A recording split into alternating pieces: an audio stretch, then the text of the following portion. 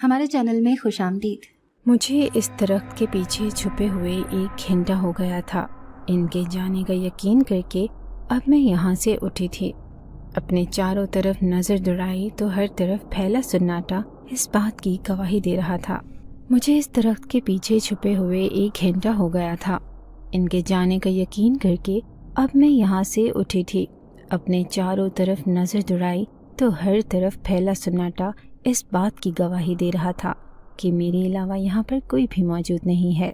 ان انجان راستوں پر بھٹک کر میں گھر جانے کا راستہ مکمل طور پر بھول چکی تھی، پھر بھی آنسو بہاتی ہوئی ایک طرف چلنے لگی۔ میں ابھی سڑک تک جانے کا راستہ ڈھونڈ ہی رہی تھی کہ اچانک مجھے اپنے پیچھے ایک آواز سنائی دی تھی۔ میں نے پلٹ کر دیکھا تو وہ ایک ضعیف عورت تھی۔ بڑی سی چادر سے منہ ڈھانپے وہ مجھے کہہ رہی تھی کہ بیٹی، اس خوفناک جنگل میں کہاں بھٹکتے پھر رہی ہو؟ چلو آؤ میرے ساتھ، میں تمہیں باہر جانے کا راستہ دکھاتی ہوں۔ اس گھنے جنگل میں اس بوڑھی کی موجودگی حیران کن تھی۔ پھر میں اس کا یقین کر کے اس کے ساتھ چل پڑی تھی، یہ جانے بغیر کہ مجھے کہاں لے کر جا رہی ہے۔ میرا نام زارا ہے۔ میرا تعلق ایک ایسے گھر سے تھا جہاں پر انسانوں کی کوئی عزت نہ تھی۔ ہر کوئی ایک دوسرے کو کاٹ کھانے کو دوڑتا تھا۔ اس کی وجہ یہ تھی کہ رشتوں میں محبت نام کو بھی نہ تھی۔ ابو امی سے سخت نفرت کیا کرتے تھے۔ اس کی وجہ یہ تھی کہ شادی کو 20 سال گزرنے کے باوجود بھی وہ انہیں ایک بیٹا پیدا کر کے نہ دے سکی تھی، جس کا ابو کو بے حد رنج تھا۔ جب خاندان والے انہیں تانا دیتے کہ صغیر احمد، تمہارا بڑھاپا کیسے گزرے گا، تمہارے ہاں تو کوئی جوان بیٹا بھی نہ ہے، یہ باتیں سن کر ابو کو نہایت غصہ آتا اور وہ اپنا غصہ امی کے اوپر آ کر اتارتے، کبھی ان کے ساتھ مار پیٹ کرتے تو کبھی گالم گلوچ۔ اس صورتحال میں ہم تینوں بہنیں کسی کونے میں چھپ جایا کرتی تھیں، کیونکہ ہمیں اپنے ابو کے غصے سے بے حد ڈر لگتا تھا۔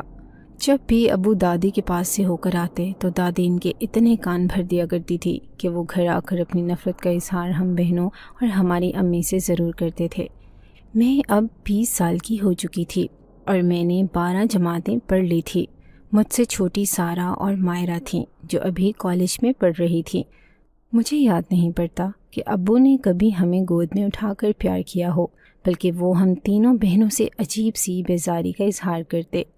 ایک ہماری امی ہی تھیں جو دن رات ہماری ناز نخرے اٹھایا کرتی اور ہماری ہر ضرورت کی چیز ہمیں لا کر دیا کرتی۔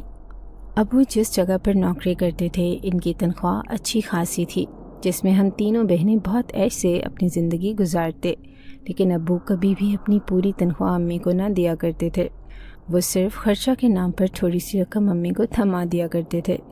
امی کو سلائی آتی تھی، اس وجہ سے ان کی محلے میں اچھی سلائی کی دھوم تھی، جس کی وجہ سے محلے کے اچھے گھرانے کی خواتین ان سے کپڑے سلوا کر اچھی سلائی دے دیا کرتی، جس سے امی اپنی اور ہماری تمام ضرورتیں پوری کر لیا کرتی تھی۔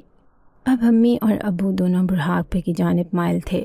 ابو سے نوکری نہ ہو رہی تھی تو دوسری طرف امی کی بنائی بھی سلائیاں کر کر کے متاثر ہوئی تھی۔ میں نے سوچ لیا تھا کہ میں شادی نہیں کروں گی، بلکہ نوکری کر کے ابو کا سہارا بنوں گی اور ان کی بیٹا نہ ہونے کی خواہش کو میں اس طریقے سے پورا کروں گی کہ انہیں بیٹا بن کر دکھاؤں گی۔ پھر ایک دن ابو کی فیکٹری سے ہی فون آیا جب انہیں کمپنی میں ہی ہارٹ اٹیک آیا تھا، جس کی وجہ سے وہ ہسپتال چلے گئے تھے۔ ابو بھلے ہی ہم سے اپنی نفرت کا اظہار کرتے رہتے تھے، لیکن میں ان سے بہت محبت کرتی تھی، اس لیے یہ بات سن کر ہم رونے لگے اور میں فوراً ہی امی کے ساتھ ہسپتال پہنچ گئی تھی۔ وہاں جا کر پتہ چلا کہ ابو کو ایک دل کی بیماری ہو گئی تھی، جس کا علاج کروانا بہت ضروری تھا، ورنہ انہیں کبھی بھی ہارٹ اٹیک کا خطرہ ہو سکتا تھا، جو ان کے لیے جان لیوا ثابت ہوتا۔ اب میں اور امی ابو کو گھر لے آئے تھے۔ میں نے دیکھا کہ ابو گھر آ کر بہت چپ چپ سے تھے، لیکن میں نے دل میں سوچ لیا تھا کہ ابو کو اب ہرگز کام کرنے کے لیے فیکٹری نہیں جانے دینا ہے، بلکہ میں خود ہی کوئی نوکری ڈھونڈ کر ابو کی جگہ پر نوکری کروں گی۔ پھر میں کافی دنوں تک خود کو سڑکوں پر خوار کرتی رہی۔ ہمارے محلے سے 2-3 لڑکیاں کسی فیکٹری میں کام کرتی تھیں۔ میں نے ان سے کہہ رکھا تھا کہ جیسے ہی تمہاری فیکٹری میں کوئی جگہ خالی ہو تو مجھے نوکری دلوا دینا۔ انہوں نے مجھ سے وعدہ کیا ہوا تھا کہ ہم تمہیں ضرور کام پر لگوا دیں گے۔ کافی دن گزر گئے، لیکن ان کی طرف سے کوئی جواب نہ آیا۔ دھکے کھا کر میں نے خود ہی مختلف جگہوں پر جانے کا فیصلہ کیا تھا۔ کافی دن کے بعد مجھے ایک نوکری مل تو گئی، لیکن جس فیکٹری میں مجھے نوکری ملی تھی وہ گھر سے کافی فاصلے پر تھی۔ لیکن ایک اچھی بات تھی کہ ان کی ایک بس روزانہ ورکرز کو لینے اور چھوڑنے آتی تھی۔ امی میرے اکیلے آنے جانے کی وجہ سے پریشان تھی، لیکن میں نے امی کو کہہ دیا تھا کہ جس طرح اور لڑکیاں کام کر کے اپنا گزارا کر رہی ہیں ایسے میں بھی کر سکتی ہوں۔ میری بات سن کر امی چپ ہو گئی تھیں۔ ابھی مجھے فیکٹری میں جاتے 2-3 دن ہی ہوئے تھے کہ اچانک ایک دن فیکٹری کی بس خراب ہو گئی۔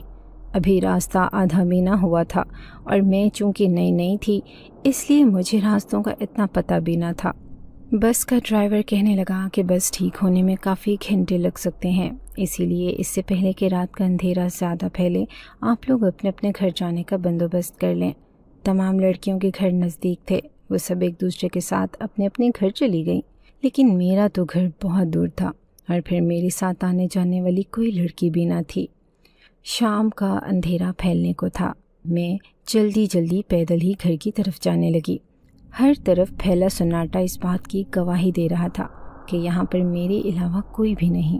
ابھی تھوڑی ہی دور گئی تھی کہ اچانک مجھے اپنے پیچھے 3-4 قدموں کے چلنے کی آوازیں آنے لگیں۔ میں نے پیچھے مڑ کر دیکھا تو 3 اوباش قسم کے لڑکے تھے جو میرا پیچھا کر رہے تھے۔ یوں سڑک پر اکیلی لڑکی کو جاتا دیکھ کر شاید انہوں نے موقع سے فائدہ اٹھانے کی کوشش کی تھی۔ میرے ہاتھوں اور ماتھے سے پسینے پھوٹنے لگے۔ میں بہت زیادہ گھبرا گئی تھی اور میری چال سے انہوں نے اندازہ لگا لیا تھا کہ یہ لڑکی ہمیں دیکھ کر ڈر گئی ہے۔ جبھی آپس میں زور سے کہکہے لگا کر باتیں کرنے لگے۔ یوں اپنے پیچھے لڑکوں کو لگا دیکھ کر میرے آسان خطا ہو گئے، اسی لیے میں اتنی تیز بھاگنے لگی کہ میرے پاؤں سے چپل تک نکل گئی۔ آس پاس نہ تو کوئی گاڑی تھی اور نہ ہی کوئی آدمی جس سے میں مدد مانگ سکتی۔ میرے تیز بھاگنے پر انہوں نے بھی میرے پیچھے دوڑنا شروع کر دیا تھا۔ پھر میں نے آؤ دیکھا نہ تاؤ اور اپنی چپلیں وہیں چھوڑی اور ننگے پاؤں دوڑتی ہوئی جس طرف کو راستہ نظر آیا وہیں پر بھاگنے لگی۔ کچھ دیر تک تو وہ لوگ میرا پیچھا کرتے رہے، پھر میرے ایک جگہ چھپ جانے پر وہ کافی دیر تک مجھے ڈھونڈنے کے بعد واپس چلے گئے۔ میں ایک جھاڑی کے پیچھے چھپی تھی۔ جب کافی دیر تک ان کی آوازیں میرے کانوں میں نہ آئیں تب تھک ہار کر میں ان جھاڑیوں سے نکلی، لیکن تب تک بہت دیر ہو گئی تھی کیونکہ ہر طرف کالا اندھیرا پھیلا ہوا تھا۔ ہاتھ کو ہاتھ دکھائی نہ دے رہا تھا۔ میں ابھی آگے جانے کا سوچ ہی رہی تھی، تب اچانک مجھے وہ بوڑھی عورت ملی جو میرا ہاتھ پکڑ کر مجھے نہ جانے کہاں لے کر جا رہی تھی۔ اس کے ساتھ چلتے چلتے میں بہت دور تک آگے آ گئی تھی، لیکن مجھے کوئی سڑک نہ ملی تھی۔ تھک ہار کر میں اس بوڑھی عورت سے کہنے لگی کہ اماں آپ مجھے یہ کہاں لے آئی ہیں؟ پھر اس نے اپنے چہرے پر ڈالی ہوئی چادر میں سے منہ نکال کر مجھے دیکھا تو میرے منہ سے چیخیں نکل گئی تھی، کیونکہ وہ کوئی بوڑھی عورت نہ تھی بلکہ بے تحاشا خوفناک چہرہ اسے کسی اور دنیا کی مخلوق بتا رہا تھا۔ اس سے پہلے کہ وہ مجھے کھینچ کر اپنے قریب کرتی، میں نے فوراً ہی اس کے ہاتھ سے اپنا ہاتھ چھڑایا اور تیز بھاگنے لگی۔ وہ بوڑھی عورت اپنی لاٹھی ٹیکتی میرے پیچھے بھاگتی مجھے کہہ رہی تھی کہ رکو میری بات سنو، لیکن میں اسے مڑ کر بھی نہ دیکھنا چاہتی تھی۔ کافی دور تک بھاگنے کے بعد میری حالت اور بھی بری ہو رہی تھی، ہر رات بھی مزید گہری ہوتی جا رہی تھی۔ میں وہیں ایک درخت کے نیچے بیٹھ کر رونے لگی۔ اچانک ہی میری نظر ایک جگہ پر چمکتی ہوئی روشنی پر پڑی۔ وہاں پر موجود روشنی اس بات کی گواہی دے رہی تھی کہ ضرور وہاں پر کسی نہ کسی کا گھر موجود ہے۔ اگرچہ وہ روشنی بہت دور تھی، لیکن میں پیدل چل کر اس تک پہنچ سکتی تھی۔ آج کی رات اگر میں کسی گھر میں گزار لیتی تو صبح ہوتے ہی میں واپس اپنے گھر جا سکتی تھی۔ یہی سوچ کر میں تیز قدم اٹھاتی ہوئی اس روشنی کی طرف بڑھنے لگی۔ میرے پاؤں جگہ جگہ سے چھل گئے تھے اور ان میں سے خون بھی رس رہا تھا، لیکن مجھے کسی کی پرواہ نہ تھی۔ بس میں وہاں تک جانا چاہتی تھی جہاں پر مجھے وہ روشنی دکھائی دے رہی تھی۔ دل میں خیال آیا کہ میں اتنی دیر تک گھر نہ پہنچی ہوں گی تو امی بیچاری کی کیا حالت ہوگی، اور شاید ابو تو یہ سوچ رہے ہوں گے کہ میں کسی لڑکے کے ساتھ بھاگ گئی ہوں۔ میں سوچنے لگی کہ اگر صبح ہو بھی گئی تو میں کیا منہ لے کر گھر جاؤں گی، شاید امی ابو مجھے اب قبول نہ کریں۔ یہی سوچ کر میں خود کو رونے سے باز نہ رکھ پا رہی تھی۔ پھر کافی لمبا سفر کرنے کے بعد بالآخر میں اس چمکتی ہوئی روشنی کے پاس پہنچ گئی تھی۔ ہر طرف سفید دھواں اٹھ رہا تھا اور اس دھوئیں کے پار سے مجھے کی کیا حالت ہوگی، اور شاید ابو تو یہ سوچ رہے ہوں گے کہ میں کسی لڑکے کے ساتھ بھاگ گئی ہوں۔ میں سوچنے لگی کہ اگر صبح ہو بھی گئی تو میں کیا منہ لے کر گھر جاؤں گی، شاید امی ابو مجھے اب قبول نہ کریں۔ یہی سوچ کر میں خود کو رونے سے باز نہ رکھ پا رہی تھی۔ پھر کافی لمبا سفر کرنے کے بعد بالآخر میں اس چمکتی ہوئی روشنی کے پاس پہنچ گئی تھی۔ ہر طرف سفید دھواں اٹھ رہا تھا اور اس دھوئیں کے پار سے مجھے نظر آ رہا تھا کہ وہاں کوئی گھر نہ تھا، بلکہ ایک اونچا لمبا خوبصورت محل تھا۔ ایسے محلات تو عموماً میں نے کہانیوں اور فلموں میں ہی دیکھے تھے۔ میں کافی دیر تک کھڑی اس کی خوبصورتی دیکھتی رہی، پھر ڈرتے ڈرتے اس محل کا بڑا سا گیٹ اپنے ہاتھوں سے بچانے لگی۔ اچانک ہی گیٹ کھلا، لیکن اس میں کوئی بھی انسان نظر نہ آیا تھا۔ میں حیران تھی کہ کیا گیٹ خود بخود کھلا ہے؟ پھر ڈرتے ڈرتے اندر داخل ہو گئی۔ باہر سے نظر آنے والا خوبصورت محل اندر سے اور بھی حسین تھا۔ سفید ماربل سے سجا ہوا خوبصورت صحن، کمرے کے دروازے بالکل سفید، ایسے لگتا تھا جیسے چاندی کے بنے ہوئے ہوں۔ بڑے بڑے فانوس اس محل کے ہال کے اندر لگے ہوئے تھے۔ وہاں پر چلنے پھرنے والے لوگ ایک دوسرے سے بات تک نہ کر رہے تھے۔ کوئی آ رہا تھا تو کوئی اپنی دھن میں جا رہا تھا۔ کسی کی نظر بھی مجھ پر نہ پڑی تھی۔ پھر اچانک ہی میری نظر ہال میں موجود تخت پر بیٹھی ہوئی ایک دوشیزہ کے اوپر پڑی۔ میں خود بھی اچھی شکل و صورت کی مالک ایک خوبصورت لڑکی تھی، لیکن وہ دوشیزہ تو مجھ سے بھی کئی گنا حسین تھی۔ میں کافی دیر تک اسے دیکھتی رہی۔ وہ خوبصورت دوشیزہ نہ جانے کیوں آنسو بہاتی نہایت غمگین نظر آ رہی تھی۔ اچانک ہی اس کے پاس کھڑے ہوئے ایک بڑی عمر کے مرد کی نظر مجھ پر پڑی۔ جب وہ مجھے حیرت سے دیکھ رہا تھا تو میں نہایت خوفزدہ ہو گئی۔ میں سوچنے لگی کہ شاید وہ مجھے یوں بنا اجازت اس محل کے اندر آنے پر غصہ کرے گا۔ وہ اشارے سے مجھے اپنے پاس بلا رہا تھا۔ اب میرے پاس اس کے قریب جانے کے علاوہ کوئی چارہ بھی نہ تھا۔ میں چھوٹے چھوٹے قدم اٹھاتی اس تک پہنچ گئی۔ وہ حسین لڑکی جو رو رہی تھی اب وہ بھی اپنی خوبصورت آنکھیں اٹھا کر مجھے دیکھ رہی تھی۔ میں جب اس کے پاس جا کر کھڑی ہوئی تو وہ مرد مجھے کہنے لگا کہ لڑکی تم کون ہو اور یہاں کیا کر رہی ہو؟ تم یقیناً ایک آدم زادی ہو۔ ہم ہرگز کسی بھی انسان کو اپنے محل میں آنے کی اجازت نہیں دیتے، تو پھر تم کیسے اندر آ گئی؟ اس کی آواز میں ایک خوفناک گرج تھی۔ پھر میں کانپتے ہوئے لہجے میں اسے کہنے لگی کہ میں بہت لاچار اور بے بسی کی حالت میں ہوں۔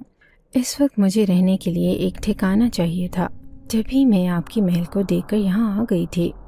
پھر میں نے روتے روتے انہیں پوری بات بتائی کہ کس طرح سے میں راستہ بھٹک کر اس جنگل میں آ گئی تھی اور میرے پیچھے خطرناک کنڈے پڑے تھے۔ وہ لڑکی بھی میری کہانی بڑے غور سے سن رہی تھی۔ پھر اس بڑی عمر والے آدمی سے کہنے لگی کہ ابا، یہ لڑکی مجبور اور بے بس نظر آتی ہے، آپ اسے ایک رات کے لیے اس محل میں رکنے کی اجازت دے دیں۔ اس لڑکی کے منہ سے یہ بات سن کر میں خوش ہو گئی تھی۔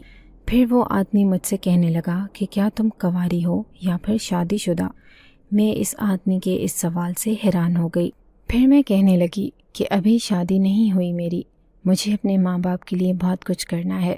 پھر میری بات سن کر وہ کہنے لگا کہ ہمیں ایک کنواری لڑکی کی ضرورت تھی، آج وہ تمہاری صورت میں پوری ہو گئی۔ اگر ہم تمہیں گوشت کی مال و دولت اور زیورات دیں اور بدلے میں تم سے ایک کام کرنے کا کہیں تو کیا تم ہماری بات مانو گی؟ میں ان کی بات سن کر ڈر گئی تھی، لیکن بہت سی دولت پانے کی خواہش نے میرے دل نے کہا کہ مجھے ان کی بات مان لینی چاہیے۔ اس لیے میں نے بغیر سوچے سمجھے اس بڑی عمر والے آدمی سے کہہ دیا کہ میں آپ کی ہر بات ماننے کو تیار ہوں۔ مجھے اس وقت بہت سے پیسوں کی ضرورت ہے، کیونکہ میرے سر پر کوئی بڑا بھائی نہیں، اور دوسری طرف میرے ابو کو ایک لمبے اور مہنگے علاج کی ضرورت ہے۔ پھر وہ بڑی عمر والا آدمی مجھ سے کہنے لگا کہ ٹھیک ہے، اگر تم ہماری بات ماننے پر راضی ہو تو تم آج ہمارے محل کی شاہی مہمان ہو۔ ہم تمہیں اتنی عزت دیں گے کہ کبھی تمہیں کسی انسان نے بھی نہ دی ہوگی۔ اب تم نے ہماری بات ماننے کا کہہ دیا ہے تو ہم تمہیں یہ بات بتا دیتے ہیں کہ آخر ہم تم سے کیا کروانا چاہتے ہیں۔ یہ کہہ کر اس نے اپنی بیٹی کی طرف اشارہ کیا اور پھر مجھے کہنے لگا کہ یہ میری بیٹی جنزادی امالہ ہے۔ تمہیں یہ جان کر حیرت ہوگی کہ تمہارے سامنے نظر آنے والے ہم انسان نہیں بلکہ جنات ہیں، بلکہ یہ پورا محل ہی جناتی محل ہے۔ میری بیٹی جنزادی امالہ نے اپنی پسند کی شادی ایک دوسرے قبیلے کے جنزادے سے کی تھی، لیکن وہاں پر ایک خطرناک شیطانی جنزادی رہتی تھی جو اس جنزادے سے محبت کرتی تھی۔ اس نے حسد اور جلن میں آ کر میری بیٹی کے اوپر ایسا خطرناک عمل کروایا کہ وہ اب ماں بننے کے قابل نہیں۔ اب یہ بات سوچ کر میری جنزادی بیٹی دن رات روتی ہے، لیکن اس کے شوہر کو ہر حالت میں ایک بچہ چاہیے۔ اگر 1 مہینے کے اندر اندر اسے بچہ نہ ہوا تو وہ میری بیٹی جنزادی کو چھوڑ کر اس شیطانی جنزادی سے شادی کر لے گا۔ اگر ہم کسی دوسرے جنزادے سے بچہ پیدا کرواتے ہیں تو یہ بات اس جنزادے کو معلوم ہو جائے گی، لیکن تم ایک آدم زادی ہو، اور اگر تم ہمارا یہ کام کر دو گی تو ہم تمہیں اس کام کے بدلے میں بہت سا مال و دولت اور زیورات دیں گے۔ میرے پاس بہت سی ایسی طاقتیں ہیں جس کی وجہ سے میں عمل کر کے یہ راز ساری دنیا والوں سے چھپا کر رکھ سکتا ہوں۔ تم بھی یہ بات کسی کو نہیں بتاؤ گی اور میری بیٹی جنزادی امالہ کو ایک بچہ پیدا کر کے دو گی۔ ان کی بات سن کر تو میں کرنے کو ہو گئی تھی، بھلا میں ایک کنواری لڑکی اس جنزادی امالہ کو کہاں سے ایک بچہ دے سکتی تھی؟ پھر مجھے پریشان ہوتا دیکھ کر وہ کہنے لگا کہ اس کے لیے تمہیں کچھ بھی نہیں کرنا ہوگا۔ ہمارے محل میں ایک ایسا جادوئی پھل ہے جسے کھانے سے کوئی بھی آدمزادی حاملہ ہو سکتی ہے۔ تم نے یہ پھل 3 دفعہ کھانے ہیں اور پھر ٹھیک 3 مہینے بعد تم ایک بچہ کر کے میری بیٹی کو دے دینا۔ اس طرح سے میری جنزادی بیٹی کی ضرورت پوری ہو جائے گی اور تمہاری ضرورت میں پوری کروں گا، وہ بھی تمہیں بے تحاشا دولت اور مال و زیورات دے کر۔ میں نے بغیر سوچے سمجھے انہیں ہاں کر دی تھی، لیکن یہ نہیں جانتی تھی کہ وہ مجھ سے اتنا بڑا کام کروانے والے ہیں۔ بھلا یہ کیسے ہو سکتا تھا؟ میں اس محل میں آ کر بری طرح پھنس چکی تھی، لیکن وہ جنزادی امالہ مجھے امید بھری نظروں سے دیکھ رہی تھی۔ اب میں ڈر بھی رہی تھی کہ اگر میں نے انہیں منع کر دیا تو نہ جانے وہ میرے ساتھ کیا سلوک کرتے۔ ہو سکتا ہے وہ مجھے مار کر وہیں کسی جنگل میں پھینک دیتے۔ مجھے یوں خاموش دیکھ کر وہ جنزادہ مجھے کہنے لگا کہ دیکھو، تم نے کام کرنے کی حامی بھر لی ہے، اب اگر تم اس سے انکار کرتی ہو تو یاد رکھنا میں انکار کرنے والوں کے ساتھ بہت برا سلوک کرتا ہوں۔ اب اس کے سوا میرے پاس کوئی چارہ نہ تھا کہ میں ان کی بات مان لیتی، اس لیے خاموشی سے میں نے کہہ دیا کہ ٹھیک ہے، میں یہ بات ماننے کے لیے ہاں کرتی ہوں۔ میرے ہاں کرنے کی دیر تھی کہ اچانک ہی محل میں جشن کا سما پیدا ہو گیا۔ تبھی اس بوڑھے جنزادے نے اپنے محل کے نوکروں کو بلایا اور انہیں کہنے لگا کہ فوراً ہی اس لڑکی کے لیے خوبصورت ریشمی لباس تیار کروایا جائے اور ایک لذیذ کھانوں کا دسترخوان اس کے سامنے پیش کیا جائے۔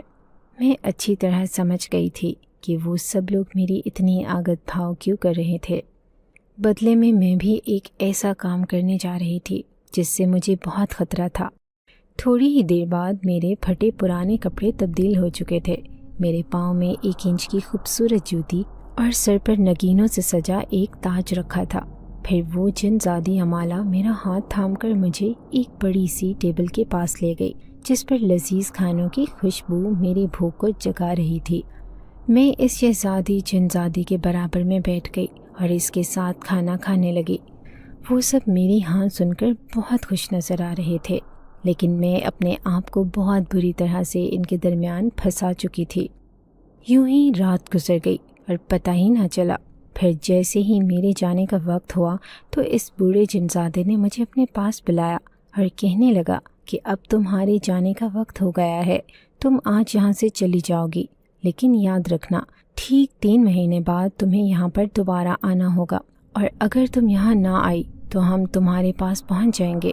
یہ دیکھو، تمہارے سامنے ایک تھالی رکھی ہوئی ہے جس میں ایک سرخ سبز اور پیلے رنگ کا پھل رکھا ہے، وہ تم نے ایک ایک کر کے کھا لینا ہے۔ ان پھلوں کے بیجوں میں ایک راز چھپا ہے، جو بھی ان پھلوں کو کھاتا ہے وہ ایک جنزادے کو پیدا کر دیتا ہے۔ آج سے تمہاری کوکھ میں بھی میری جنزادی امالہ کا بچہ جنم لینا شروع کر دے گا۔ اس جنزادے کی باتیں انتہائی خوفناک تھیں۔ میں ہرگز ان پھلوں کو کھانا نہیں چاہتی تھی، لیکن اب مجبوری تھی۔ اگر نہ کھاتی تو شاید وہ مجھے وہیں قتل کر دیتے۔ دل ہی دل میں روتے ہوئے میں نے ان پھلوں کو اٹھا کر کھا لیا۔ میں ان سے پوچھنا چاہتی تھی کہ ان پھلوں کے کھانے سے میری صحت پر کوئی اثر تو نہ پڑے گا، یا کسی کو یہ بات پتہ تو نہ چلے گی کہ میری کوکھ میں ایک جنزادی عورت کا بچہ پل رہا ہے، لیکن میں اتنی خوبصورت تھی کہ ان سے یہ بات پوچھ ہی نہ سکی۔ میرے پھل کھانے کے بعد وہ بوڑھا جنزادہ اور اس کی بیٹی بڑے شاطر انداز میں مسکرا رہے تھے، جیسے انہوں نے کوئی بہت بڑی گیم میرے ساتھ کھیل لی ہو۔ پھر میں نے اس سے التجا کی کہ اب میں گھر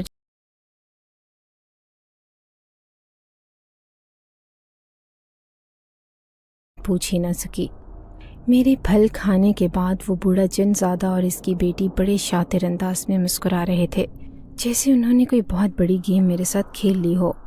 پھر میں نے اس سے التجا کی کہ اب میں گھر جانا چاہتی ہوں، کیونکہ ایک رات گھر سے باہر گزارنے پر نہ جانے میرے گھر والے مجھے قبول کریں گے یا نہیں، اور مجھے یہاں سے باہر جانے کا راستہ بھی نہیں پتہ۔ پھر اس نے ایک اشارہ کیا اور ایک جنزادہ اڑتا ہوا آیا اور اس محل کے سردار کے پاس پہنچ گیا۔ اس کے ہاتھ میں ایک چھوٹا سا تھیلا تھا جو اس نے مجھے تھما دیا اور کہنے لگا کہ تم نے ہمارا آدھا کام کیا ہے، اس لیے یہ تمہارا آدھا انعام ہے۔ جب ہمارا کام مکمل ہو جائے گا تو پھر تمہیں اس سے بھی بڑے انعام سے نوازا جائے گا۔ میں نے اس تھیلے کو کھول کر دیکھا تو حیران رہ گئی۔ خوبصورت قیمتی ہیرے اور سونے جواہرات سے بھرا ہوا تھا۔ وہ تھیلا خاصا قیمتی لگ رہا تھا۔ پھر وہ بوڑھا جنزادہ مجھے کہنے لگا کہ اگر تمہارے گھر والے تمہیں قبول نہ کریں تو یہ تھیلا ان کے ہاتھ میں تھما دینا، وہ وہیں چپ ہو جائیں گے، کیونکہ ہم اچھی طرح جانتے ہیں کہ دنیا کے رہنے والے انسان کس قدر لالچی اور دولت کے رسیاں ہیں۔ یہ دولت ان کا منہ بند کرنے کے لیے کافی ہوگی۔ مجھے اس بوڑھے جنزادے کے اوپر بہت غصہ آیا جو میرے گھر والوں کے بارے میں ایسی باتیں کر رہا تھا، لیکن پھر بھی میری مجبوری تھی، میں اسے کیا کہہ سکتی تھی۔ پھر تھوڑی ہی دیر بعد جب میں وہاں سے رخصت ہو رہی تھی تو اس سردار کا ایک نوکر جنزادہ مجھے میرے گھر کی جانب لے کر جا رہا تھا۔ اس نے مجھے آنکھیں بند کرنے کو کہا اور پھر ایسا لگا جیسے میرا وجود ہوا میں معلق ہو۔ اب میں اڑتی ہوئی اپنے گھر کی طرف جا رہی تھی۔ پھر اس نے مجھے گلی کے پاس اتارا اور خود وہاں سے غائب ہو گیا۔ میں نے اس تھیلے کو اپنی چادر کے نیچے چھپا لیا تھا، لیکن جیسے ہی میں گھر کے قریب گئی تو میرے حسان خطا ہو گئے، کیونکہ میرے گھر کے باہر تو رش لگا ہوا تھا۔ شاید میری گمشدگی کی وجہ سے سارے ہی محلے والے جمع تھے۔ پھر میں نظریں جھکا کر جب اپنے گھر میں جانے لگی تو لوگ مجھے عجیب سی نظروں سے دیکھ رہے تھے۔ میں پسینہ پسینہ وجود لیے جب گھر میں داخل ہوئی تو مجھے دیکھتے ہی امی مجھے کوسنے لگیں اور کہنے لگی کہ تو نے تو میرا سر شرم سے جھکا دیا، اب میں کس کس کو کیا جواب دوں گی؟ تو نہ جانے کہاں اپنی رات گزار کر آئی ہے منحوس، تو پیدا ہوتے ہی مر کیوں نہ گئی؟ اپنی ماں کے منہ سے یہ بات سن کر تو جیسے میں مرنے کو تھی۔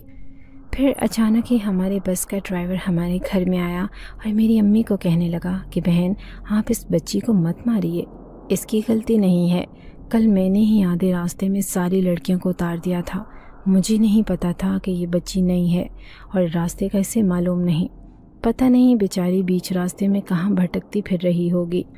یہ تو بہت معصوم لڑکی ہے، کبھی نظر اٹھا کر کسی لڑکے کو دیکھتی تک نہیں۔ وہ بزرگ ڈرائیور خوب اونچی اونچی آواز میں محلے والوں کے سامنے اور میرے امی ابو کے سامنے میرے کردار کی گواہی دے رہا تھا۔ میں جو پہلے رو رہی تھی اب حیرت سے آنکھیں پھاڑے اس ڈرائیور کی باتیں سن رہی تھی۔ دل میں سوچنے لگی کہ اسے کیسے پتہ چلا کہ میں اس وقت گھر پر آ گئی ہوں۔ تبھی اچانک میرے ذہن میں خیال آیا کہ کہیں یہ ڈرائیور کے روپ میں کوئی جنزادہ تو نہیں، ہو سکتا ہے اس بوڑھے جنزادے نے اسے میری مدد کرنے کے لیے یہاں بھیجا ہو، لیکن اس کے اس طرح سے میرے کردار کی گواہی دینے سے مجھے یہ فائدہ ہوا کہ سارے محلے والے میری امی ابو کو یہ سمجھا رہے تھے کہ ہاں یہ ڈرائیور صحیح کہہ رہا ہے، دیکھو بچی کو مارو مت، ہو سکتا ہے یہ بیچاری کسی مشکل یا پریشانی میں گرفتار ہو گئی ہو۔ یوں سارے محلے والوں کے سامنے بات کھل گئی تھی اور اب امی بھی مجھے گلے لگا کر پیار کر رہی تھی۔ میں دل ہی دل میں شکر ادا کرنے لگی کہ شکر ہے کہ جان کی خلاصی ہو گئی، ورنہ نہ جانے میرے ساتھ کیا سلوک ہوتا۔ اب امی نے مجھے فیکٹری جانے سے صاف منع کر دیا تھا اور کہنے لگی کہ اگر تمہیں نوکری کرنے کا اتنا ہی شوق ہے تو کسی اسکول میں پڑھا لو۔ پھر ان کی بات مان کر میں نے ایک اسکول میں نوکری کرنا شروع کر دی تھی۔ اس بوڑھے جنزادے کا دیا ہوا تھیلا میں نے ابھی تک کسی کو بھی نہ دکھایا تھا۔ اب ابو کو بھی فوری طور پر علاج کی ضرورت تھی، اس لیے میں نے ایک پلان بنایا اور جب میں اسکول سے ایک دن پھر واپس آئی تو وہ تھیلا امی کو دکھانے لگی کہ امی مجھے یہ راستے سے ملا ہے، نہ جانے کس کا ہے۔ پھر امی نے وہ تھیلا کھول کر دیکھا تو منہ پر ہاتھ رکھ لیا اور کہنے لگی کہ اس میں تو زیورات بھرے ہوئے ہیں، ہو سکتا ہے کسی انسان کا گر گیا ہو، کوئی ضرور اسے بیچنے کا ارادہ رکھتا ہوگا، لیکن اس کے یہ زیورات گم ہو گئے ہوں گے۔ میں کہنے لگی کہ نہیں امی، مجھے نہیں لگتا کہ یہ کسی سے گم ہوا ہوگا، بلکہ ایسے لگتا ہے کہ کسی چور وغیرہ نے کہیں سے چوری کیا ہوگا اور بھاگتے وقت اس نے یہ گرا دیا ہوگا۔ امی میری اس بات سے متفق ہو گئی تھیں اور نہایت خوش نظر آ رہی تھی۔ کہنے لگی کہ اچھا ہے، شاید اللہ نے ہماری قسمت ایسے ہی کھولی تھی، کیوں نہ اسے بیچ کر ہم تمہارے ابو کا علاج کروا لیتے ہیں اور گھر کی تھوڑی بہت ضرورت کی چیزیں بھی لے آتے ہیں۔ دیکھو تو صحیح گھر کی حالت کیا ہو رہی ہے۔ میں نے امی کو کہا کہ امی جو کرنا ہے کر لیں، اب یہ سب کچھ آپ کا ہی ہے۔ میں امی کو یوں خوش دیکھ کر خوش تھی، یہ جانے بغیر کہ آگے میرے ساتھ کیا ہونے والا ہے۔ اور پھر کچھ دنوں بعد ہی اس جنزادے کے محل میں کھائے ہوئے پھلوں کا نتیجہ میرے سامنے آنے لگ گیا۔ میں دیکھ رہی تھی کہ میرا پیٹ دن بدن تیزی سے پھولتا جا رہا تھا۔ جوں جوں دن گزر رہے تھے ویسے ویسے میرا پیٹ یوں بڑھنے لگا جیسے ابھی اس میں سے کوئی بڑا سا بچہ باہر آ جائے گا۔ اب میں دن رات پریشان رہنے لگی، کیونکہ میں اسکول میں بھی پڑھانے جاتی تھی، اس لیے بڑی سی چادر سے اپنے آپ کو ڈھانپ کر رکھتی۔ جب میں یہ چادر اسکول میں اوڑھ کر جاتی تو میری ساتھی ٹیچرز مجھے کہتی کہ زارا تمہیں گرمی نہیں لگتی، تم اتنی گرمی میں بھی اتنی بڑی چادر اوڑھ کر رکھتی ہو، لیکن میں ان کے سامنے مسکرا دیتی اور بہانہ بنا دیتی کہ مجھے ایسے ہی اچھا لگتا ہے۔ اب میں بہت پریشان رہنے لگی۔ پھر ایک دن میری چھوٹی بہن مجھ سے کہنے لگی کہ آپی آپ کو کیا ہوا ہے، آپ کچھ عجیب سی لگ رہی ہیں۔ اس کے منہ سے یہ بات سن کر میں گھبرا کر اپنے آپ کو ڈھانپنے لگی اور کہنے لگی کہ ہاں میری طبیعت ٹھیک نہیں رہتی، شاید گرمی کی وجہ سے میرا بلڈ پریشر لو رہنے لگا ہے۔ یہ بات امی نے سن لی تھی، فوراً ہی میرے پاس آئیں اور کہنے لگی کہ چلو میں تمہیں ڈاکٹر کے پاس لے کر چلتی ہوں۔ امی کی بات سن کر میں گھبرا گئی اور کہنے لگی کہ نہیں امی، مجھے ڈاکٹر کے پاس نہیں جانا، بس آپ مجھے شربت بنا کر دے دیں، میں وہی پی لیتی ہوں۔ امی میری بات سے مطمئن نہ ہوئی تھی، بلکہ مجھے اصرار کرتی رہیں کہ چلو میں تمہیں ابھی ڈاکٹر کے پاس لے کر چلتی ہوں۔ بڑی مشکل سے میں نے امی کو کہا کہ نہیں، مجھے ڈاکٹر کے پاس نہیں جانے کی ضرورت، میں ابھی ٹھیک ہو جاؤں گی۔ جیسے جیسے دن گزرتے رہے ویسے ویسے میری پریشانیوں میں اضافہ ہوتا جا رہا تھا۔ اب تو ساتھ ہی ٹیچرز بھی مجھے عجیب سی نظروں سے دیکھا کرتی تھیں۔ میں سمجھ گئی تھی کہ میرے ساتھ یہ سب کیوں ہو رہا ہے۔ وہ سردار جنزادہ اور اس کی بیٹی جنزادی امالہ میرے شدت سے منتظر ہوں گے کہ میں کب یہ بچہ جنم دے کر ان کے حوالے کروں، لیکن اس تک پہنچنے کے لیے ابھی مجھے بہت کچھ جھیلنا تھا۔ اب تو میں نہایت ہی پریشانیوں کا شکار رہنے لگی کہ یہ سب میرے ساتھ کیا ہو رہا ہے، میں کیوں اپنے حالات بدلنے کے لیے یہ سب کر رہی ہوں۔ جی تو چاہ رہا تھا کہ کسی عامل یا مولوی کے پاس جا کر اپنی اس پریشانی سے چھٹکارا پا لوں، لیکن مجھے ان جنات سے بہت ڈر لگتا تھا، نہ جانے وہ میرے ساتھ کیا سلوک کرتے۔ پھر ایک دن اسکول میں بہت دیر ہو گئی، میں گھر کی طرف آ رہی تھی کہ اچانک ایک کتا مجھے دیکھ کر بھونکنے لگا۔ اب وہ میرے پیچھے پیچھے بھونکتا ہوا آ رہا تھا۔ مجھے سمجھ نہیں آ رہی تھی کہ وہ ایسی حرکت کیوں کر رہا ہے۔ میں عجیب سی الجھن کا شکار تھی۔ بڑی مشکل سے گھر پہنچی۔ جیسے ہی کمرے میں آ کر لیٹی تو اچانک ہی مجھے ایک سایہ سا اپنے ساتھ کھڑا محسوس ہوا۔ میں اس سائے کو دیکھ کر ڈر گئی تھی۔ پھر میرے کانوں میں آواز آئی کہ شہزادی آپ ڈرے مت، مجھے اس سردار جنزادے نے آپ کی حفاظت کے لیے آپ کے ساتھ رکھا ہوا ہے، اگر آپ کو کبھی بھی کوئی پریشانی ہو میں آپ کے ساتھ ہر وقت موجود رہوں گا۔ اسے اپنے سامنے یوں کھڑا دیکھ کر میں بے انتہا خوف زدہ ہو گئی تھی۔ اس کا مطلب تھا کہ میں اپنے لیے کچھ کر بھی نہ سکتی تھی۔ اس نے تو ایک چوکیدار میرے ساتھ رکھا ہوا تھا۔ اس جنزادے کی صورت میں اب دن بدن میرا وجود پھیلتا جا رہا تھا، جسے میں چھپا چھپا کر تھک گئی تھی۔ اب امی نے ان زیورات کو بیچ کر ابو کا علاج کروانا شروع کر دیا تھا، اسی لیے ان کی توجہ مجھ پر زیادہ نہ تھی۔ اگر وہ مجھے اسی حالت میں دیکھ لیتی تو سوالات کا وہ سلسلہ کھڑا ہو جاتا جس کا میرے پاس کوئی جواب نہ تھا۔ ابو 2 ہفتے ہاسپٹل میں رہے، پھر وہ اپنا علاج کروا کر گھر آ گئے تھے۔ میری اس حالت کو بھی 2 مہینے گزر چکے تھے اور اب آخری مہینہ تھا پھر میری اس عذاب سے جان چھوٹ جانی تھی۔ اب اماں گھر پر ہی ہوتی اور 24 گھنٹے وہ مجھ پر نظر رکھ رہی تھی، مجھ سے پوچھتی رہتی کہ تجھے کیا ہوتا جا رہا ہے جو تو اتنی سست اور کاہل نظر آتی ہے۔ میں انہیں ہیلے بہانے کر کے ٹال دیا کرتی تھی۔ پھر ایک دن کچھ ایسا ہوا کہ میں صحن میں بیٹھے بیٹھے بے ہوش ہو کر چارپائی پر گر گئی۔ جب ہوش آیا تو ڈاکٹر کے ایک کلینک میں لیٹی ہوئی تھی۔ اپنے آپ کو دیکھ کر میں بے تحاشا خوفزدہ ہو گئی تھی۔ اب تو مجھے پورا یقین تھا کہ میں جس راز کو 2 مہینے سے چھپاتی آئی ہوں، آج یہ ڈاکٹر امی کے سامنے اس راز کو عیاں کرنے والی ہے۔ میں جس راز کو 2 مہینے سے چھپاتی آئی ہوں، آج یہ ڈاکٹر امی کے سامنے اس راز کو عیاں کرنے والی ہے۔ پھر ڈاکٹر نے امی اور مجھے اپنے پاس بلایا اور کہنے لگی کہ آپ کی بچی کو بھی ظاہر کوئی تکلیف نہیں ہے، شاید یہ کمزوری کی وجہ سے بے ہوش ہو گئی ہے۔ ڈاکٹر نے کی یہ بات سن کر میری جان میں جان آئی تھی، ورنہ تو میں بہت زیادہ ڈر گئی تھی۔ پھر جیسے ہی میں ڈاکٹرنی کے پاس سے اٹھ کر آنے لگی تو وہ مجھے عجیب طریقے سے دیکھ کر مسکرانے لگی۔ میں اس کے مسکرانے کا مطلب ہرگز نہ سمجھتی اگر وہ میرے پیچھے سے دھواں بن کر غائب نہ ہو جاتی۔ میں ایک دم اچھل پڑی تھی اور سمجھ گئی کہ یہ ضرور اسی جنزاد سردار کی کارستانی ہے جو ڈاکٹرنی کے روپ میں یہاں پر ایک جنزادی بیٹھی ہوئی تھی۔ اب میں امی کے ساتھ گھر آ گئی تھی، جیسے تیسے وقت گزار رہی تھی۔ اب گھر کے حالات بہتر ہوتے جا رہے تھے۔ ہر ابو امی سے اصرار کر رہے تھے کہ چونکہ میری طبیعت اب ٹھیک ہے تو میں دوبارہ سے کام پر جانا چاہتا ہوں، لیکن امی نے انہیں کہہ دیا تھا کہ ابھی مزید علاج کروانا باقی ہے، اسی لیے ابھی آپ کا گھر پر رہنا ہی ٹھیک ہے۔ پھر ایک دن ایک عورت جو امی کی جاننے والی تھی اور دائی وغیرہ کا کام کرتی تھی، وہ ہمارے گھر آ گئی۔ مجھے اٹھتے بیٹھتے وہ بڑی غور سے دیکھ رہی تھی۔ اس کی نظروں سے مجھے شدید الجھن محسوس ہو رہی تھی۔ پھر وہ امی سے کہنے لگی کہ جمیلہ، تیری بیٹی کے آثار مجھے کچھ ٹھیک محسوس نہیں ہوتے، ایسے لگتا ہے کہ یہ کوئی چاند چڑھانے والی ہے۔ امی اس کی بات سن کر حیران ہوئی، پھر کہنے لگی کہ تو ایسا کیوں بول رہی ہے؟ تو کہنے لگی، تو نے اس کا پیٹ نہیں دیکھا دن بدن کس قدر پھولتا جا رہا ہے؟ کیا تو نے اسے ڈاکٹر سے دکھایا ہے؟ اس کی شک بھری نظریں میرے وجود پر تھیں اور میں اپنے آپ میں سمٹتی کمرے میں بھاگ گئی تھی۔ پھر وہ خود ہی اٹھ کر میرے پیچھے آئی اور امی سے کہنے لگی کہ آج میں تیری بیٹی کو چیک کرتی ہوں، مجھے اس کے اوپر شک ہے کہ یہ ضرور کوئی کارنامہ کر کے آئی ہے۔ اب امی اور اس نے پکڑ کر مجھے چارپائی پر لٹایا اور وہ زبردستی مجھے چیک کرنے لگی۔ پھر حیرت سے چیخنے لگی کہ اس کو فوراً ہی کسی کنویں میں دھکا دے دو، کیونکہ یہ تمہاری بدنامی کا باعث بننے جا رہی ہے۔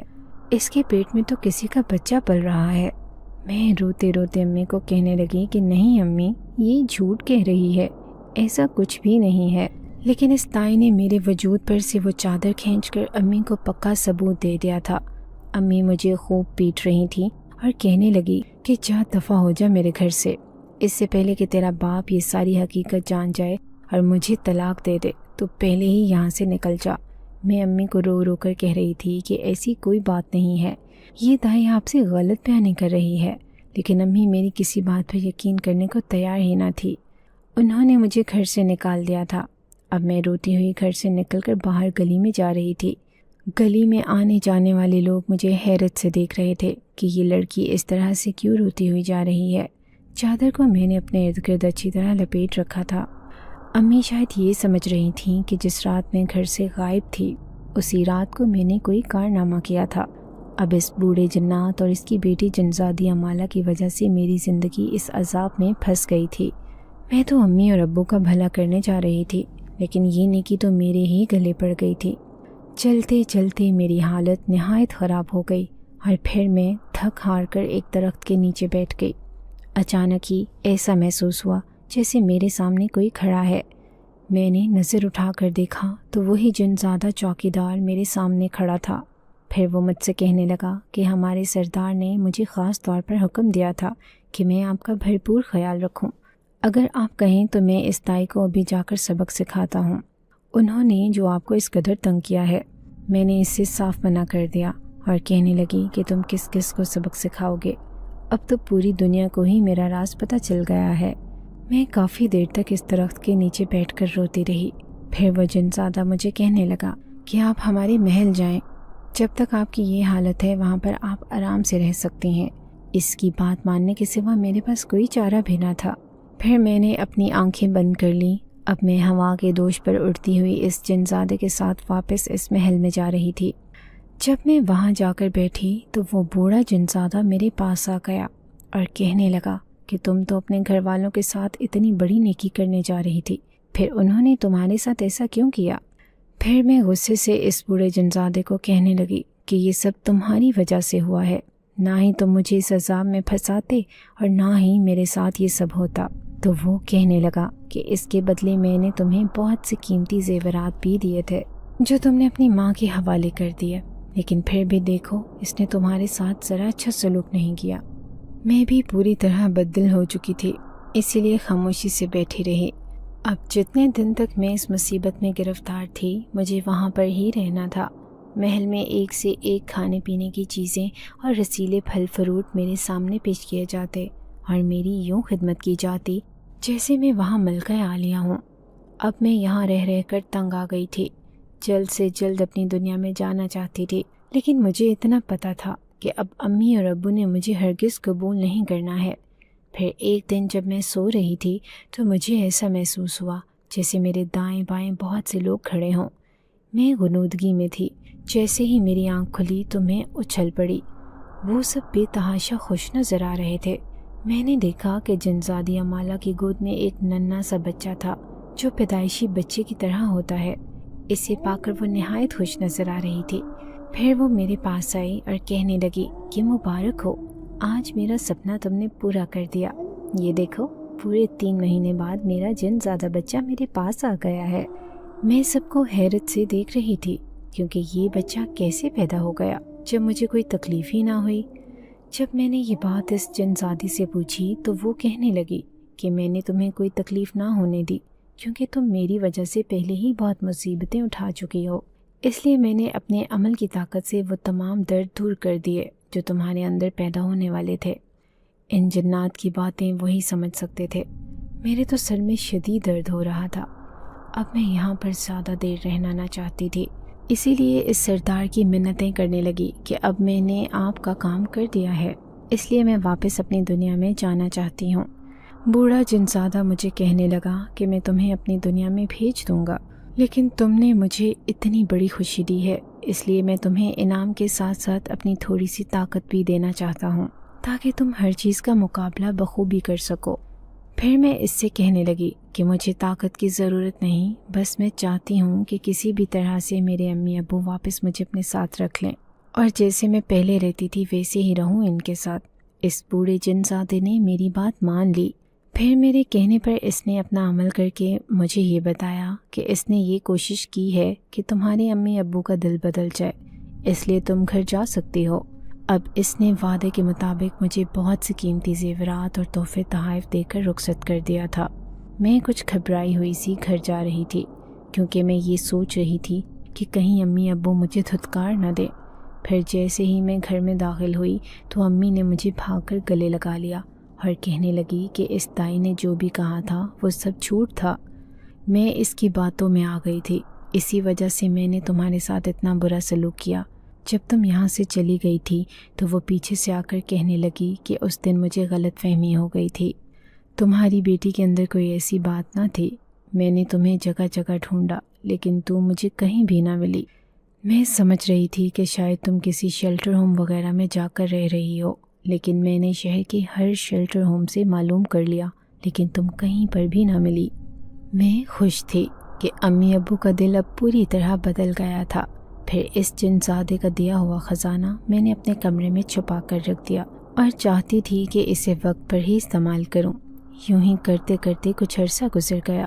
میں دوبارہ سے اسکول پڑھا رہی تھی۔ چھوٹی بہنوں نے بھی کالج کی پڑھائی مکمل کر لی تھی۔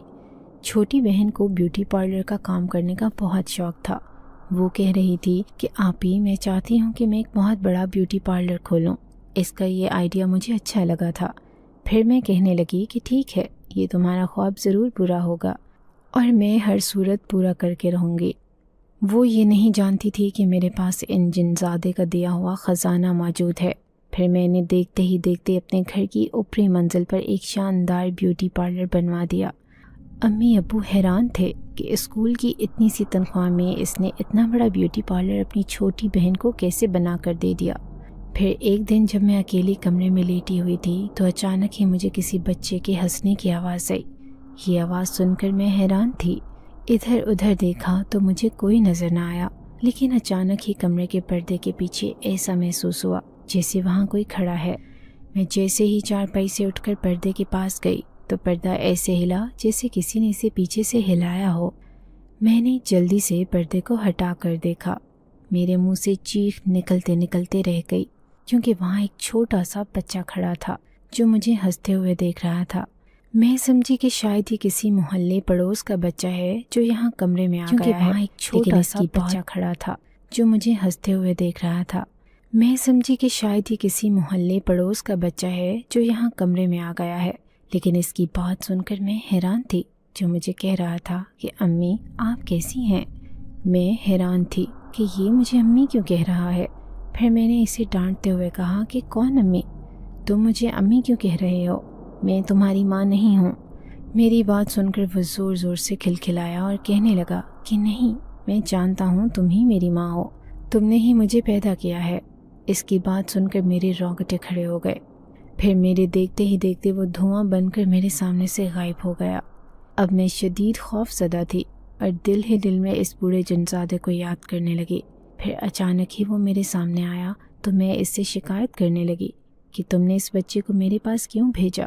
تو وہ کہنے لگا کہ میں نے اسے لاکھ روکنے کی کوشش کی، لیکن جیسے جیسے یہ بڑا ہوتا جا رہا ہے ویسے ہی جان گیا ہے کہ تم نے ہی اسے پیدا کیا ہے۔ پھر میں اس کے سامنے رونے لگی اور اس سے کہا کہ اگر یہ ایسے ہی میرے سامنے آتا رہا تو میں اپنی زندگی کیسے جی سکوں گی، کیونکہ بار بار مجھے یہ بات یاد آتی رہے گی کہ اس رات اس محل میں جا کر میں کیا کارنامہ کر کے آئی تھی۔ پھر اس بوڑھے جنزادے نے مجھ سے وعدہ لیا کہ اب دوبارہ یہ تمہارے سامنے نہیں آئے گا، تم اپنی دنیاوی زندگی کو اچھی طرح سے جی سکتی ہو۔ اس کی بات سن کر میں مطمئن تو ہو گئی تھی، لیکن دل اب بھی ڈرا ہوا تھا۔ کچھ ہی دنوں بعد گھر میں روپے پیسے کی ریل پیل ہو گئی تھی۔ حالانکہ اس بوڑھے جنزادے اور اس کی بیٹی کا دیا ہوا کافی خزانہ میرے پاس موجود تھا، لیکن پھر بھی میں اسے سنبھال کر خرچ کر رہی تھی۔ پھر اچانک ہی کچھ لوگ میرا رشتہ لے کر امی ابو کے پاس آئے۔ میں انہیں دیکھ کر حیران تھی، کیونکہ ان کے ساتھ میری ایک اسکول ٹیچر بھی تھی جو یقیناً اپنے بھائی کا رشتہ میرے لیے لے کر آئی تھی۔ وہ لوگ زیادہ امیر نہ تھے، لیکن شریف بہت تھے۔ ویسے بھی دولت کا مجھے کیا کرنا تھا، کیونکہ میرے پاس پہلے سے ہی بہت سی دولت موجود تھی۔ پھر امی ابو نے لڑکے کی شرافت دیکھ کر میرا رشتہ اس کے ساتھ پکا کر دیا۔ اب مجھے جلد ہی اس گھر سے رخصت ہو جانا تھا۔ میں خوش تھی کہ ابو کا دل میری طرف سے بدل گیا تھا۔ وہ بھی دیکھ رہے تھے کہ کس طرح سے میں نے بنا کسی لالچ کے گھر کے ایک ایک فرد کی ہر خواہش پوری کی تھی۔ میں نے اپنے لیے نہ کوئی سپنا دیکھا تھا اور نہ ہی کبھی کسی چیز کی فرمائش کی تھی۔